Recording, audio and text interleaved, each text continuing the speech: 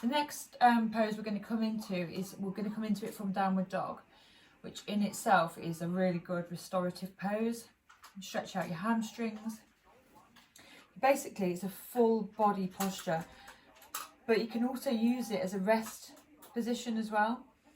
You're going to push all your weight into all four limbs. Your fingers are spread, and the weight isn't just through the ball of your wrist, it's through your whole hand.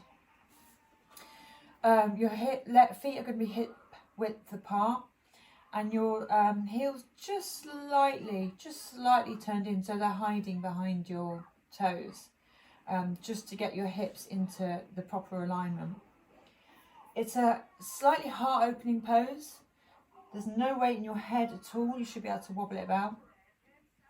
And we're going to work our legs towards straight, but obviously keep them bent to start with. We'll start off by just lengthening and strengthening the hamstrings by walking out the dog. So I'll show you what it looks like. So you come onto your hands and knees. So arms shoulder width apart and underneath your shoulders. And then the weight is in all of your hands, not just in the ball. So the stress isn't just through your wrists.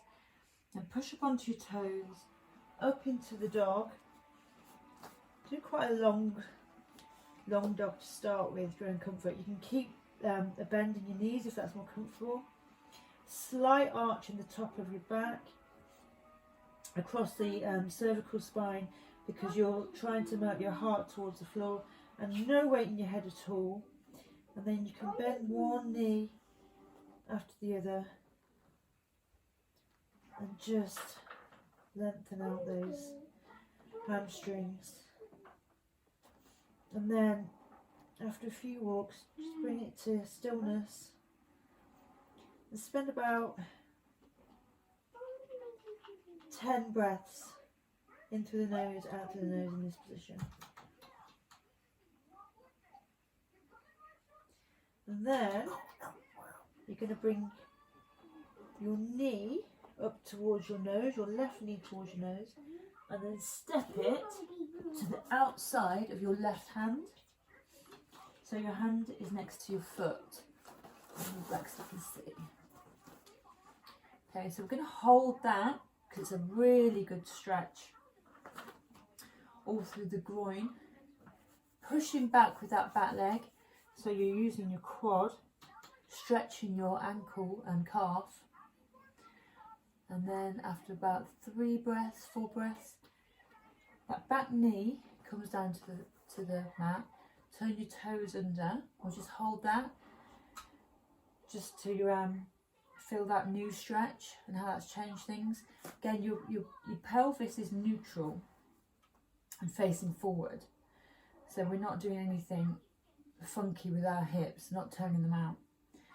Okay, and then if you feel comfortable with that, turn your foot onto the blade and turn it out slightly. Left hand to knee, to thigh, just above the knee, so you're not stressing the knee. And then if you can, just put a little bit more stretch into that, so you're really opening out. Now we are opening the hips. And then you can also put a spinal twist into that if you just look back towards the back of your mat. But go to where you feel comfortable. Again, it says long, deep breaths in through the nose and out through the nose. This is literally using everything. You're using your abs, everything. Keeping your ear away from your right ear away from your right shoulder, so you're not so your head's staying in alignment with your spine.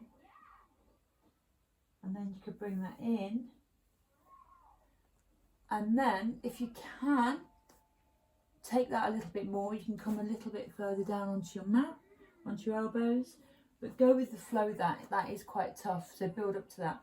You can use a cushion or something to support you, so you can come a bit further down each time until you're comfortable with coming down to your elbows. So anything you need, like books or like a yoga block to support you, just use any props that you need. And then from there, we're going to walk that foot, heel toe it across the mat, so it's then next to your right hand. And we're going to do supine pigeon. So you come onto that